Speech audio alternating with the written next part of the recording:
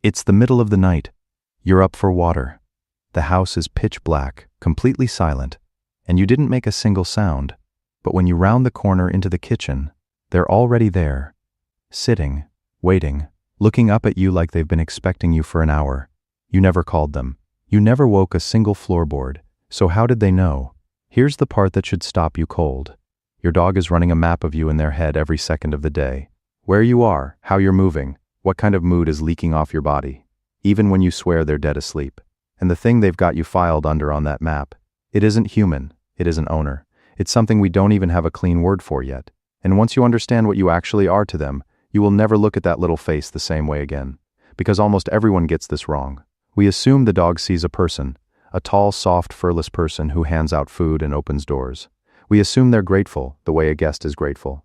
But that's not what's happening behind those eyes at all. There's a whole quiet machinery sorting the world in there, and it does something it does for no one else on earth. It pulls you out of the everything else pile and puts you in a category that has exactly one member. You. Stick with me, because I'm going to show you 3 things in this video. First, the exact spot in your dog's brain that lights up only when you walk in and goes dark for total strangers. Second, the thing they do with their eyes that's literally changing the chemistry inside both of your bodies while it's happening, and neither of you can feel it. And near the end, the strangest one of all. Why your dog is braver when you're in the room than when you're not.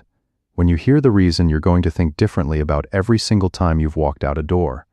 Let's start with the brain, because for a long time nobody actually knew what went on in there.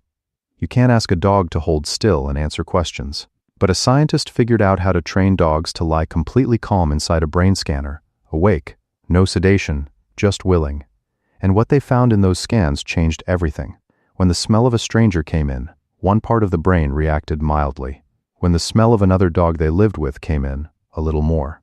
But when the scent of their own person arrived, a specific region lit up, like a switch had been flipped, the part of the brain tied to reward, to anticipation, to the feeling humans get right before something wonderful is about to happen.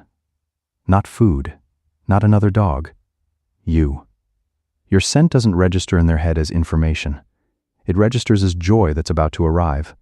So when your dog buries their face in your laundry, in the shirt you wore all day and tossed on the floor, they're not being weird.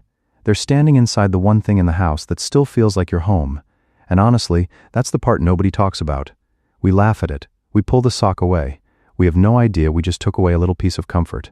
And if this is the kind of thing you find yourself thinking about with your own dog, late at night, watching them sleep and wondering what's really going on in there, then this channel is going to feel like home, because we go this deep every single time. That's the whole point of the dog psychology.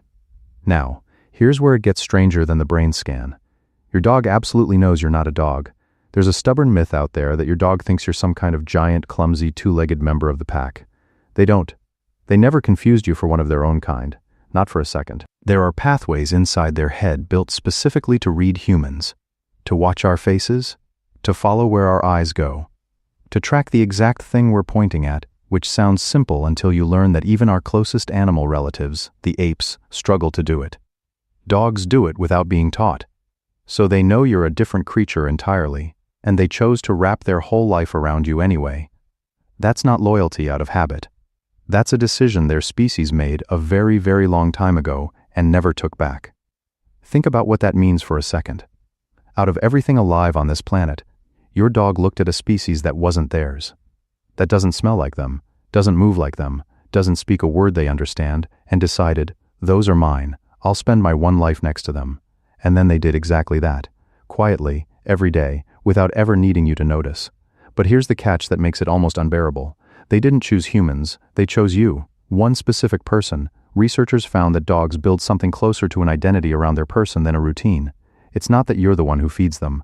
Plenty of dogs are fed by someone they don't bond to at all. It's that somewhere along the way they ran the numbers in that quiet little heart, and they picked one human as the center of the whole map. Not the loudest, not the one with the treats, the one whose presence makes the world feel safe. And once they pick you, that spot doesn't move. You could fall asleep on the couch every night and forget to play. They'll still pick you, because the choice was never about what you did for them. It was about what you are to them. Now let me tell you about the eyes, because this is the part that gets people. When your dog looks at you, really looks, holds it, soft, not staring you down but just resting their eyes on yours, Something is physically happening in both of you. There's a chemical that floods the human body when a mother holds her newborn. The bonding one, the one that makes you feel warm and attached and safe.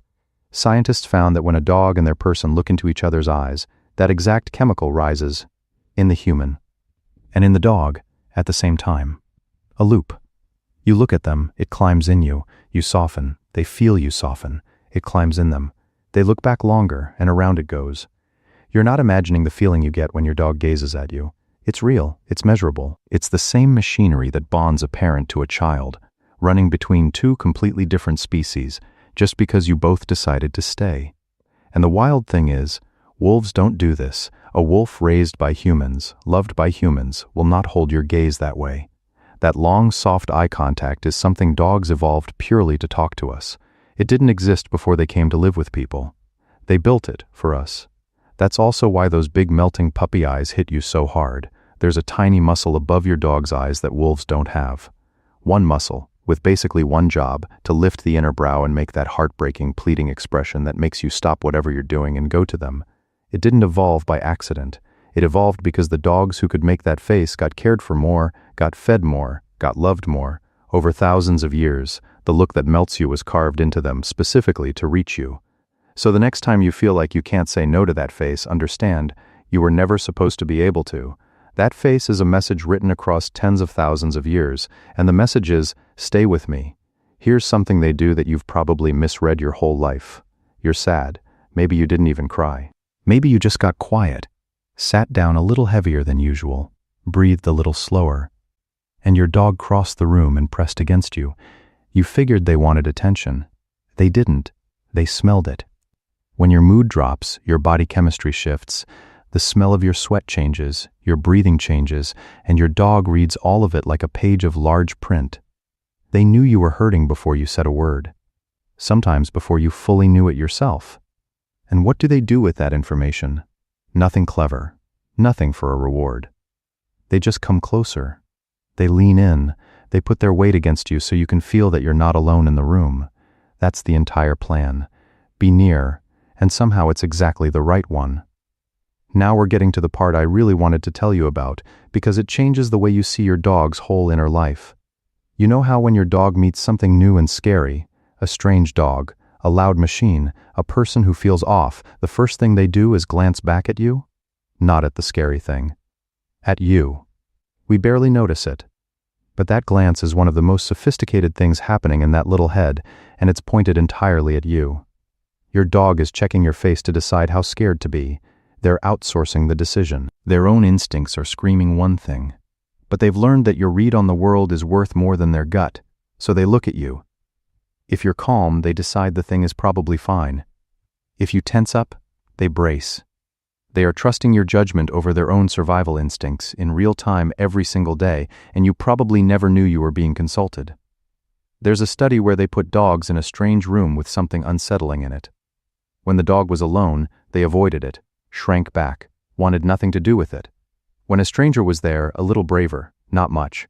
But when their own person was in the room, the dogs walked right up to the scary thing, investigated it, got curious, bounced back fast. And here's the kicker. The person wasn't doing anything, not encouraging, not pointing, not saying a word, just there, just present, and that alone was enough to rewrite the dog's courage from the inside. That's what you are. You're not their owner. You're the thing that makes the unknown survivable, the fixed point. The reason the big scary world feels like something they can walk toward instead of away from. When you leave a room, part of their brain quietly keeps a thread on where you went, the way you might keep half an ear on rain while you read a book. Not panicking, just tracking, just making sure the center of the map hasn't moved. This is the stuff we sit with every week here. If your dog has ever made you feel something you couldn't quite put into words, that catch in your chest when they look at you a certain way, then you already belong here. Stay with us. There's so much more of this than one video can hold, which brings me to the one I keep coming back to. The door, you leave. You think it's nothing, an errand, a few hours, you'll be right back. But your dog doesn't have a clock. They don't have back in 2 hours. They have now, and they have the absence of you, and that's it. So when you walk out, a small part of their world goes dark and stays dark until the moment it doesn't, and then you come home and they completely lose their minds, spinning, crying, wiggling like the floor is electric, and we tell them to calm down because we're tired, because it's just us, because we don't get what the big deal is. The big deal is this. That isn't excitement. Not really. That's a nervous system that has been holding its breath the entire time you were gone, finally exhaling. The whole body chaos is the loudest way they know how to say one thing. You came back, you came back. The center of everything came back, and now the world makes sense again. And it turns out how you answer that moment matters more than you'd ever guess. Dogs who get even half a minute of real attention when their person walks in. Eye contact, a hand on them, a calm voice that actually means it, carry less stress through the rest of the day than dogs whose person breezed past on the phone. 30 seconds. That's the whole price. 30 seconds to tell their entire body that the world is safe again. So here's what I'd ask you to do. Tonight, when you walk through your door, no matter how flat the day left you, get down to their level for half a minute. Let them smell your face. Let them know you're glad to be home, and mean it. Because to you it's a Tuesday. To them, it's the reunion the entire day was building toward. And if all of this leaves you with one thing, let it be this. Your dog didn't pick you because you're perfect. They know you're not. They've watched you lose your temper over nothing. Forget the walk. Snap when you were tired, and then feel awful about it. They've seen every version of you, the impatient one, the distracted one, the one who isn't always who they meant to be. And they factored all of it in a long time ago. They chose you anyway. Every soft look across the room is them choosing you again. Every time they settle a little closer when you sit down, that's the choice, made fresh. You are not a human to your dog. You're not their owner either. You're the center of a map they redraw around you every single day, the safe place they run to, the one whose face decides whether the world is frightening or fine. They built a whole expression just to reach you, a whole way of looking into your eyes that no animal had before them. They handed you the keys to their courage and their calm and their entire sense of safety, and they did it without ever asking for a single thing back. So go find yours. Look at them a second longer than you normally would, because in their world you were never just a person passing through. You're the whole thing, the center of all of it, and somehow, against all odds, they decided you were worth a lifetime.